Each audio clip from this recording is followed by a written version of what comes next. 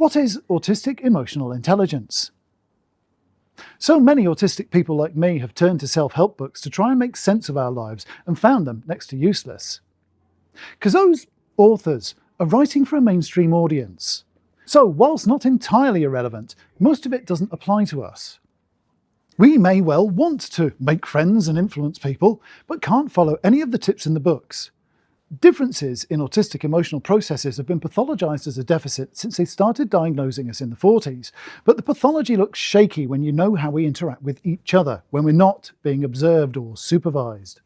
We have animated, enthusiastic conversations, sharing stories and special interests as we play games and get excited together, forming deep, deep affinities. We no longer feel like we're a bad smell in the room, an embarrassment or a yoke around someone's neck, and we start to wonder if this is what normal feels like. I don't get on well with every autist I've met, but it's rarely a mystery as to why we didn't click, unlike the Russian roulette of everyday conversation. It's not just our emotions though. Autistic senses aren't wired up the same either. Obviously, if we're sensitive to loud noises and rank smells, then it's a bad idea to get a job in a fish canning factory, but sensory differences are way bigger than that.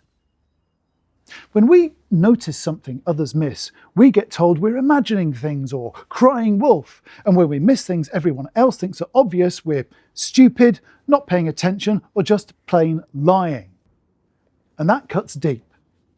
Because if there's one thing most autists value highly, it's truth and consistency. It's not that we can't lie or pretend. Some of us are Oscar winners after all. But most of us stick to what we believe to be the truth, preferably backed up with reams of evidence. That sense of veracity, along with our sensory differences and the unique way we process emotions, make up my autistic triad of distinction. A custom framework for understanding your autism and paving the way to more control over your life. When you know why you say or do the unexpected, it stops being unexpected. For 7 years, I've been sharing what I've learned from my Triad of Distinction on the Autistic YouTube channel, and now I'm finally opening up the Triad itself for everyone to try. The first 3 parts of how I made autism make sense are available now, and there's plenty more to come with no paywalls, no bespoke accessories, and no online group sessions necessary. They say if you've met one autist, then you've met one autist, and they're right. Each one of us is a unique, complex, multi-layered being with thoughts, feelings, and observations to share, if anyone cares to learn how to listen.